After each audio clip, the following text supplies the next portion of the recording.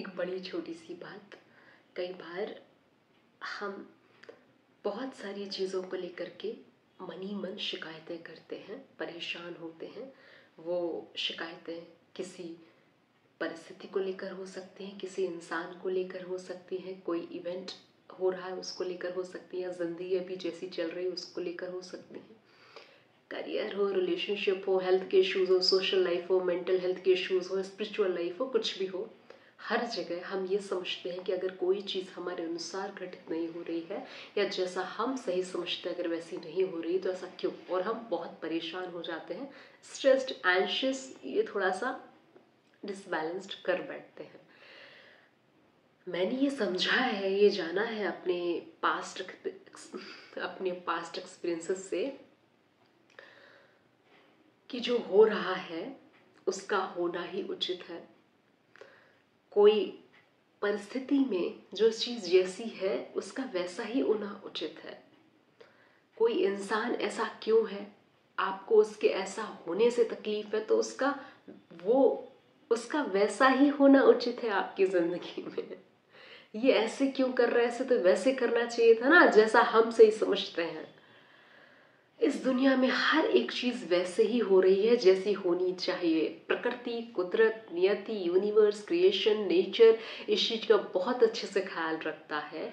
जहां भी जो भी चीज जैसे भी घटित हो रही है वो एकदम वैसे ही हो रही है जैसा प्रकृति का नियम उचित समझता है, या जैसे प्रकृति उचित समझती है, नियति उचित समझती है, कुदरत उचित समझती है, ब्रह्मांड की समस्त शक्तियां उचित समझती हैं। हम अपना जब दिमाग लगाते हैं हम सोचते हैं ऐसा क्यों हो रहा है, ऐसा होना चाहिए था ना जैसा हम चाहते हैं, या फिर इस इंसान ने ऐसे ऐसे क्यों बोला, इसको तो ऐसे नहीं बोलना चाहिए, या मेरे साथ ऐसा क्यों हुआ, मैं इतने दुख क्यों झेल रही हूं, उस व्यक्ति ने मेरे साथ ऐसे क्यों किया। उस व्यक्ति ने जैसा भी मेरे साथ किया या जैसा भी वो घटना घटित हुई उसका होना ही, वो उसको होना ही था। वो आपका कर्म बोल सकते हैं या होना ही था उसको, आपको अपना कर्मा पूरा करना था और आप कर रहे हो। तो अगर मोटा मोटा देखा जाए तो इस दुनिया में शिकायतें करने जैसा फिर कुछ है ही नहीं। अगर हम ये सब स्वीकार करने लग जाएं कि अगर कोई इंसान ऐसा है, हमें जैसे शिकायतें होती हैं, कोई परिवार का सदस्य वैसा है, ऐसा है, वैसा है, वगैरह वगैरह वगैरह, तो उसका वैसा ही होना आपकी जिंदगी में उचित है। आपके कर्म के अनुसार वो आपको वैसा ही मिला है, वो रिश्ता उसको वैसा ही आपको मिलना था, इसलिए आपको वैसा मिला है।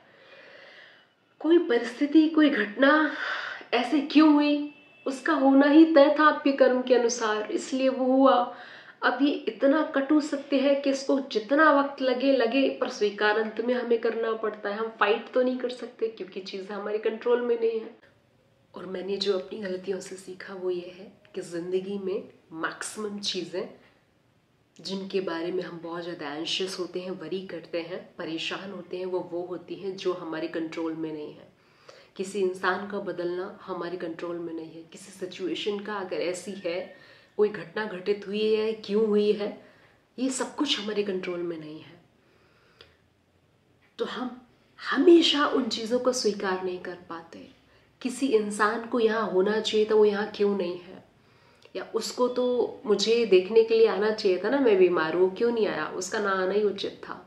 कुछ लोगों का यहाँ होना या उसका ना होना, जो भी संसार में घटित हो रहा है, छोटे से छोटा, आपका यहाँ से मूव करके बाहर निकलना भी उचित और अनुचित होता है। आप पूरे दिन घर से बाहर नहीं निकले तो आपका घर से बाहर ना निकलना ही उस दिन उचित था। तो मैं खुद को ऐसे ही समझाती हूँ कि इस दुनिया में हर एक चीज वैसे ही हो रही है जैसे उसको होना होता है। तो फिर फाइट करने का, कंप्लेन करने का, परेशान होने का फिर कोई पॉइंट नहीं है। हमें बस एक्सेप्ट करना होता है बजाय लड़ाई के कि ऐसा क्यों हो रहा है, क्यों हो रहा है, क्यों हो रहा है। आप ये हर एक चीज में अप्लाई करके देख सकते हो, चाहे करियर हो, चाहे रिलेशनशिप हो, चाहे कोई भी एरिया ऑफ लाइफ हो। चीजें वैसी हो रही है जैसे उन्हें होना था। हमारे हाथ में कुछ भी नहीं है, कुछ भी नहीं है। किसी भी चीज का कंट्रोल हमारे हाथ में नहीं है। आपको लगता है करियर का कंट्रोल आपके हाथ में है, रिलेशनशिप का कंट्रोल आपके हाथ में है, किसी भी चीज़ का कंट्रोल आपके हाथ में नहीं है। सब कुछ ऑटोमेटिकली हो रहा है, प्रकृति में सब कुछ ऑटोमेटिकली घटित हो रहा है। हम कठपुतली मात्र हैं, हम सिर्फ शामिल हो रहे हैं। हो चीजें घटित हो रही हैं, हम नहीं कर रहे हैं। हम निर्माता नहीं हैं, निर्माता कोई और है। ये बड़ा ही स्पिरिचुअल वे है चीज़ों को देखने का। लेकिन अगर हम इस तरीके से उस वक्त देखना सीख जाएं जिस वक्त हम बहुत व्याकुल होते हैं किसी परिस्थिति, किसी चीज़, किसी घटना, किसी इंसान को लेकर के, तो हम अपने आप को शांत करना सीख सकते हैं। बस इतना ही थॉट था। हो सकता है आपको ये थॉट थोड़ा सा ठीक लगा हो। आप इस थॉट से एग्री करते हैं नहीं, मुझे कमेंट सेक्शन में अपने थॉट्स इस थॉट के बारे में ज़रूर बताना। Bye. Thank you so much for watching.